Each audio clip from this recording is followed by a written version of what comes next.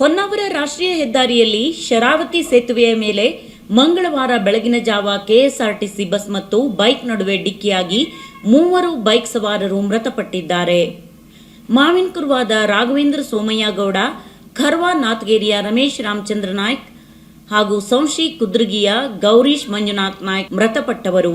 ವಿಜಾಪುರದಿಂದ ಮಂಗಳೂರಿಗೆ ಹೋಗುತ್ತಿರುವ KSRTC bus ಹೊನ್ನಾವರದ Sharavati ಸೇತುವೆಯ ಮೇಲೆ ಸಾಗುತ್ತಿರುವಾಗ ಮಂಕಿ ಕಡೆಯಿಂದ ಹೊನ್ನಾವರ ಕಡೆಗೆ ಎದುರಿನಿಂದ ಬಂದ ಬೈಕ್ ನಡುವೆ ಡಿಕ್ಕಿಯಾಗಿ ಅಪಘಾತ ಸಂಭವಿಸಿತು.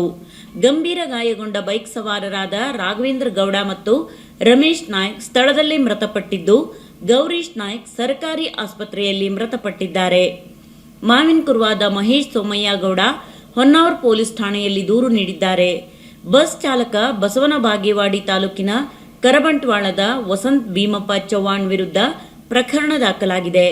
ಪಿಎಸ್ಐ ಮಮತಾ ನಾಯ್ಕ್ ಪ್ರಕರಣ ದಾಖಲಿಸಿಕೊಂಡು ತನಿಖೆ ಕೈಗೊಂಡಿದ್ದಾರೆ. ಭಾವನಾ ಟಿವಿಗಾಗಿ ವಿಶ್ವನಾಥ್ ಸಾಲ್ಕೋಡ್, ಹೊನ್ನಾವರ.